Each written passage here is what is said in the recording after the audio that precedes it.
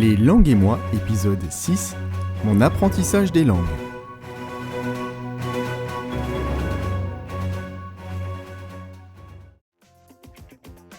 Bienvenue dans ce nouvel épisode des langues et moi. Aujourd'hui, c'est un épisode un petit peu spécial que je vous propose, car je vais vous expliquer comment j'ai appris les langues. Alors, si vous voulez en savoir plus, restez à l'écoute. Alors la première chose à savoir, c'est que je maîtrise 2 langues. On va dire que je suis courant en 2 langues étrangères, en plus du français, donc que sont l'espagnol et l'anglais. Alors je vais faire une petite histoire pour chaque langue, donc pour l'anglais et pour l'espagnol. Je vais commencer d'abord par l'anglais. Alors la première prise de contact avec l'anglais a été faite assez tôt, parce que de l'anglais on en trouve partout autour de nous.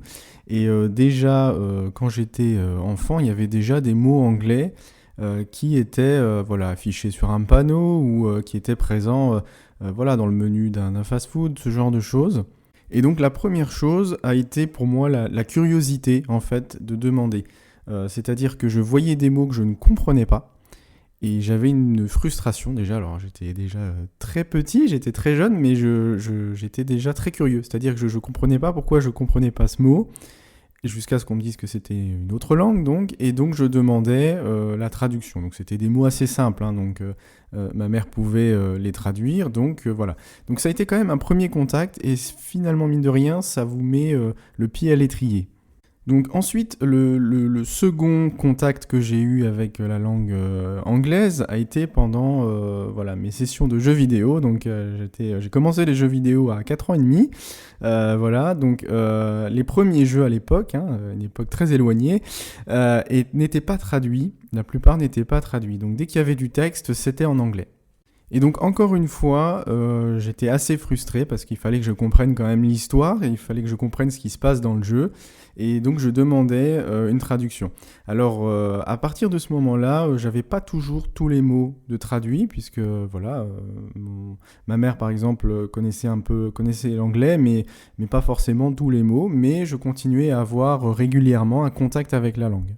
Les contacts suivants étaient majoritairement soit les jeux vidéo, soit les chansons, les musiques.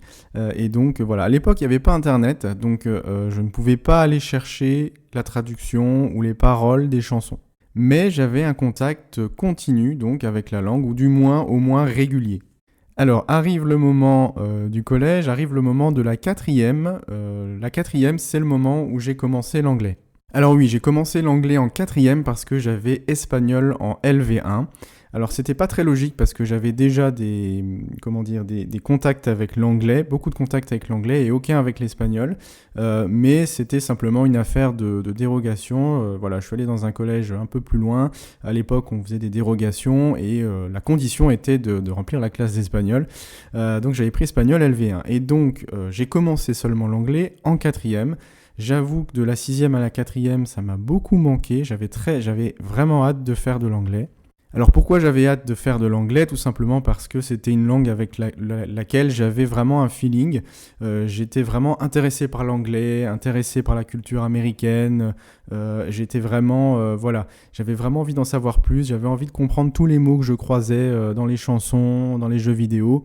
Et donc forcément, j'avais une grosse attente et j'avais une très grosse curiosité sur cette langue. Alors en 4e arrive le moment fatidique où je commence l'anglais. Et là, je me rends compte qu'on ne commence pas tous avec le même bagage. Donc, on était censé commencer du début. Mais j'avais déjà pas mal de vocabulaire, pas mal d'expressions déjà toutes faites qui venaient des jeux vidéo, qui venaient des chansons. Et donc, j'ai vite vu que c'était assez facile finalement. Et donc, j'ai pu me concentrer surtout sur les aspects grammaticaux de la langue, ceux que je n'avais jamais étudiés, donc c'est-à-dire tout simplement les verbes irréguliers ou les auxiliaires modaux, enfin des choses très grammaticales. Je ne m'étais jamais penché dessus forcément, mais j'avais vraiment je me souciais uniquement de ça, puisque le reste, apprendre à dire bonjour, au revoir, je m'appelle, machin est dans la cuisine, c'était vraiment pas une chose difficile pour moi. Donc c'est vrai qu'au final, j'avais gagné un peu de temps parce que j'avais un bagage, j'avais déjà eu un contact avec la langue, et assez jeune, et vraiment, ça m'a vraiment aidé. Donc ensuite, du collège au lycée, il n'y a pas vraiment de changement. J'ai fait un petit peu le cursus vraiment normal. J'étais en filière générale. J'avais pas spécialement d'heures de langue en plus, sauf en terminale où j'ai renforcé l'anglais. Mais voilà, j'ai vraiment fait les cours normaux. Donc en fait, c'était principalement de la grammaire, des études de texte. Donc bon, j'avais un contact quand même avec la langue, donc j'étais content. Mais je gardais quand même un contact autre, c'est-à-dire les chansons, les jeux vidéo. Alors ils commençaient à être traduits, donc c'était un peu moins évident. Mais voilà, il y avait aussi les débuts, il y avait aussi Internet qui arrivait, donc je pouvais me nourrir d'anglais beaucoup plus facilement qu'avant. Donc je suis arrivé à la fin du lycée, donc après le bac, avec un niveau d'anglais qui était, on va dire, correct. J'avais effectivement une bonne moyenne, mais quand il s'agissait de parler, j'étais pas vraiment génial. Un petit peu comme tout le monde, à vrai dire. Je pense qu'on est énormément, et je pense quasiment 90%, à être sorti du bac en ne sachant pas vraiment faire une conversation en langue, en LV1 ou en LV2, de manière vraiment fluide et correcte. On pouvait étudier un texte, on pouvait connaître les irréguliers, mais ça on pouvait le faire très bien, mais on pouvait pas spécialement discuter. Et donc, je me suis orienté vers une fac de langue, où il y avait 2 langues. Donc, c'était une filière qui s'appelait à l'époque langue étrangère appliquée. Et l'avantage était qu'il y avait 2 langues et il y avait d'autres matières comme de l'économie, du marketing. Donc, c'était super intéressant et ça me permettait de rester en contact avec la langue. Donc, c'était vraiment quelque chose pour moi d'assez important dans le choix de mes études. C'était de rester en contact avec les langues le plus possible. Et là, je pouvais rester en contact avec 2 langues, donc c'était vraiment idéal. Donc l'avantage d'être à l'université et d'avoir des langues et des cours dans des langues étrangères, ça a vraiment été un révélateur puisque j'avais un contact avec la langue qui était quotidien et questions grammaticales, prononciation, etc. On allait vraiment, vraiment au fond des choses. Et donc une exposition, on va dire scolaire renforcée, plus une exposition aussi à domicile renforcée grâce aux nouvelles technologies de l'époque, forcément ça a vraiment boosté mon niveau d'anglais. J'étais en contact aussi avec des natifs, puisque j'avais certains profs qui étaient natifs, américains par exemple, et donc ça a vraiment changé les choses. Ce contact avec l'anglais, on va dire pas pur, mais l'anglais natif, l'anglais des natifs est vraiment déterminant. Alors je tiens à préciser que l'anglais est ma langue de cœur, donc c'est-à-dire c'est une langue où j'ai vraiment toujours eu des facilités, où j'ai toujours été vraiment très curieux, et donc ça a été vraiment vraiment très facile de progresser rapidement. Je peux aussi préciser qu'à l'époque, donc pendant le collège et le lycée, je n'avais pas fait de voyage scolaire en Angleterre par exemple, ni aux États-Unis, ni dans un pays anglophone. Et ensuite, à l'université, je n'étais pas allé non plus dans un pays anglophone. Et cependant, malgré ça, l'anglais a été et reste ma langue forte. C'est une langue qui est vraiment très facile pour moi, qui est vraiment... Et je pense que le fait d'avoir été en contact rapidement et de manière répétée, quasiment tout au long de la vie, a été vraiment quelque chose de primordial. Alors évidemment, quand je discute avec des Américains, des Anglais, des Australiens, c'est vrai que j'ai un espèce d'élan naturel qui fait que la sympathie envers cette langue fonctionne bien. Donc quand vous apprenez une langue, il est essentiel de s'intéresser à ce qu'il y a autour également, donc c'est-à-dire la culture sous toutes ses formes d'ailleurs, et donc c'est vraiment intéressant d'englober tout ça dans votre apprentissage. Et donc le bilan de tout ça, c'est que voilà, l'anglais, j'enseigne aujourd'hui bien sûr l'anglais, j'enseignais l'anglais en tant que prof et aujourd'hui en tant que formateur, et l'anglais est vraiment mon pilier, ma langue forte. Je discute régulièrement, je reste en contact avec des natifs pour rester directement, pour parler directement avec eux. Bien entendu, entre-temps, j'ai rattrapé mon retard et j'ai voyagé dans des pays anglophones, donc en Angleterre, en Irlande, aux États-Unis. Et j'ai pu tester de manière, on va dire, concrète mon niveau de langue. Ce qui a pu évidemment conforter l'idée de cette langue principale qui est effectivement l'anglais.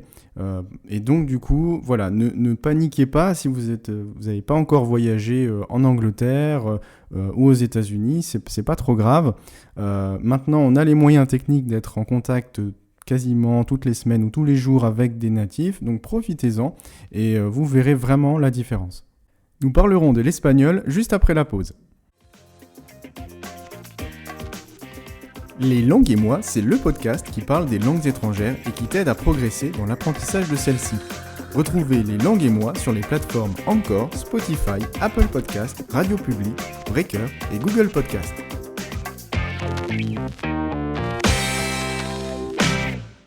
Alors voilà, maintenant nous allons parler de l'espagnol. Donc l'espagnol, ça sera vraiment une chose complètement différente. Il y aura peut-être un petit peu plus de compassion dans cette écoute parce que j'ai commencé l'espagnol vraiment de zéro à partir du collège, à partir de la 6e.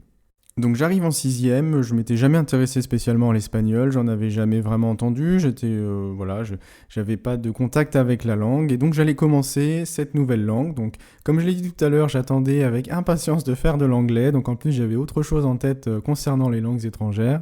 Mais voilà, j'ai commencé donc avec je m'appelle, etc. Un peu comme tout le monde. Et voilà, dans l'ensemble, ça s'est bien passé, ça allait. Bon, j'ai toujours aimé les langues, donc l'espagnol était c'est une langue latine, donc c'est assez accessible. Mais évidemment, je n'avais pas cette curiosité, voilà, et cet entrain comme pour l'anglais.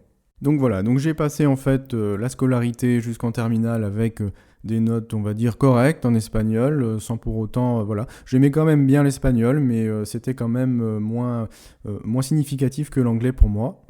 Et la grosse différence, c'est qu'il fallait évidemment que je donne beaucoup plus de travail à l'espagnol, puisque je n'avais pas de contact à côté de ça. Donc c'est-à-dire que si je rentrais chez moi, etc., j'avais pas de contact en dehors du cours d'espagnol.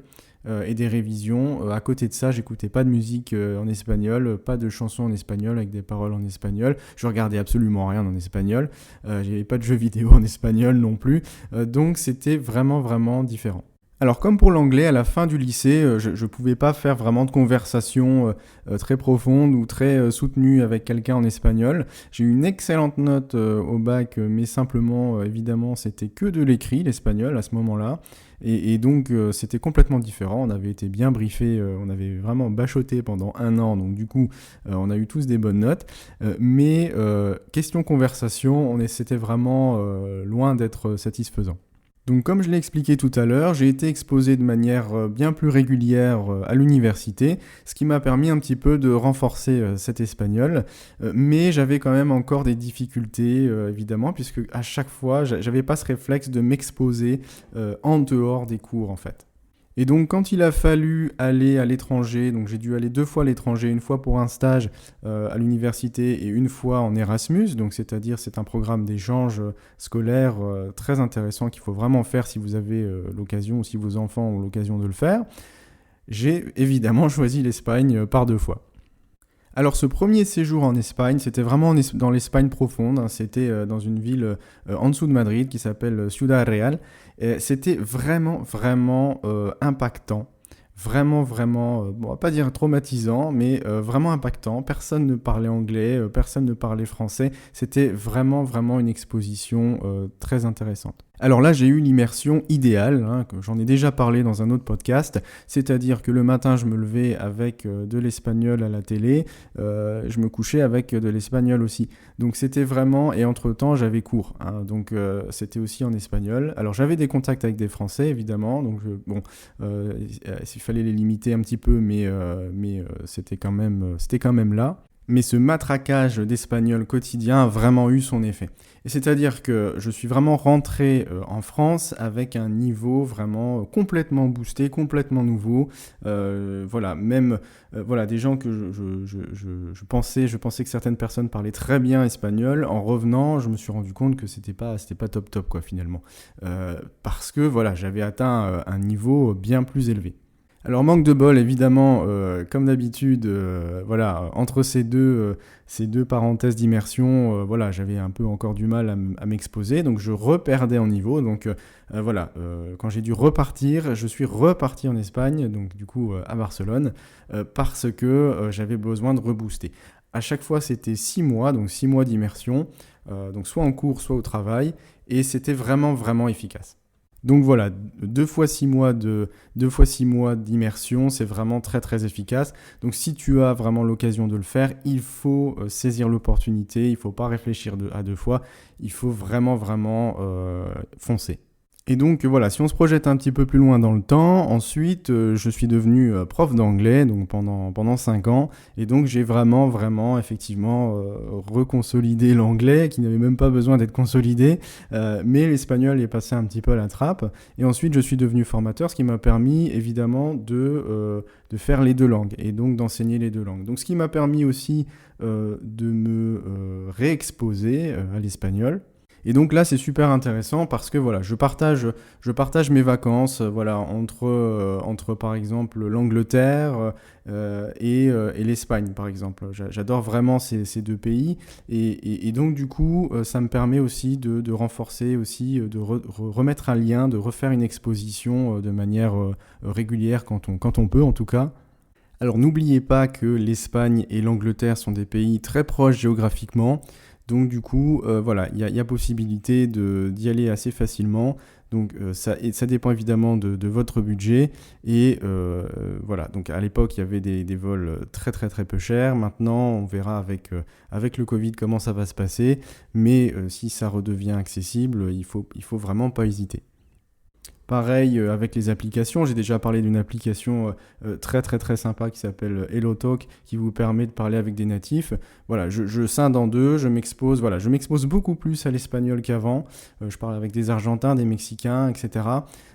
Parce que voilà, l'espagnol, on s'y expose beaucoup moins facilement. Alors maintenant, il y a une série très connue sur Netflix, alors on peut pratiquer, mais même encore, j'ai envie de dire, c'est quand même très, très compliqué pour les novices. Donc aujourd'hui, je suis vraiment, voilà, la technologie permet de s'exposer aux deux langues. On peut voyager facilement, alors avec cette période de confinement ou déconfinement maintenant, mais c'est un peu plus compliqué. Mais on peut voyager facilement, ce qui permet aussi d'aller s'exposer directement, même si c'est 3 jours, ça suffit. Et donc du coup, effectivement, j'applique vraiment donc les conseils que j'ai donnés dans un autre podcast. C'est-à-dire que quand je voyage, même si c'est 3 jours, j'essaie de m'exposer au maximum. Donc quand il faut parler, ben, je parle. Alors quand je suis accompagné, je préfère laisser parler la personne pour qu'elle puisse pratiquer. Mais sinon, je parle le plus possible. Parce que c'est vraiment nécessaire. Donc voilà, donc pour l'espagnol, c'est un petit peu une autre histoire. J'ai un petit peu fait le yo-yo, c'est-à-dire que vu que je m'exposais pas à domicile avant, quand j'étais jeune, je perdais très très très rapidement en fait.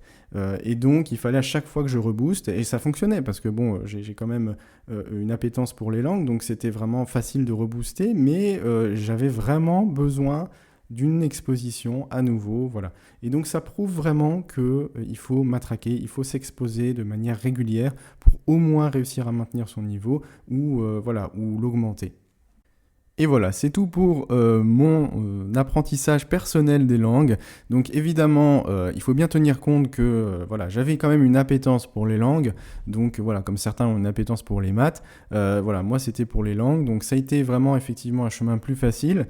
Mais voilà, par exemple pour l'espagnol, j'ai dû quand même appliquer beaucoup de choses, comme l'exposition qui a été faite, voilà, que j'ai dû refaire moi-même, puisque sinon, voilà, si on ne pratique pas, on perd au final son niveau.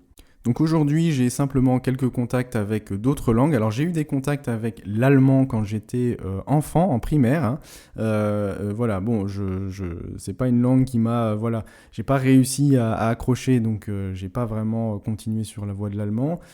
J'ai un contact avec le portugais, puisque j'ai été plusieurs fois au Portugal, et un contact avec le japonais, puisque je regarde des choses en VO. Japonaise, bon sous-titré évidemment. Donc voilà, donc ça c'est simplement, voilà, j'ai un niveau extrêmement débutant. C'est peut-être des voies à creuser pour la suite, mais en tout cas, si elles sont à creuser, il faudra effectivement renforcer l'exposition, renforcer le temps consacré, et puis ça ne sera que efficace à ce moment-là. Donc la morale de ces deux petites histoires, c'est évidemment ce qu'on a déjà dit dans l'épisode 2 des langues et moi, donc c'est-à-dire de renforcer vos 3 piliers. Donc la motivation, il faut être motivé, vous n'avez pas le choix, il faut être motivé. Il faut avoir le temps ou débloquer le temps, ça c'est vraiment très important. Et puis il faut essayer de s'immerger, d'être dans l'immersion, donc que ce soit en voyageant, que ce soit en écoutant des choses, il faut vraiment s'exposer. Et souviens-toi aussi que aujourd'hui, tu as les moyens de vraiment t'exposer de manière régulière, que ce soit sur YouTube, que ce soit avec les films, avec Netflix, avec des séries. C'est vraiment une chance, hein. C'est-à-dire que il n'y a pas si longtemps, il n'y avait pas tous ces moyens-là. Maintenant, il faut se faire violence, il faut mettre un peu de VO, même si c'est 5 minutes. Ces 5 minutes par jour, elles sont primordiales. Et voilà, c'est la fin de ce podcast un petit peu personnel. J'espère qu'il te sera quand même utile. Sur ce, je te souhaite un bon apprentissage et je te dis à la prochaine.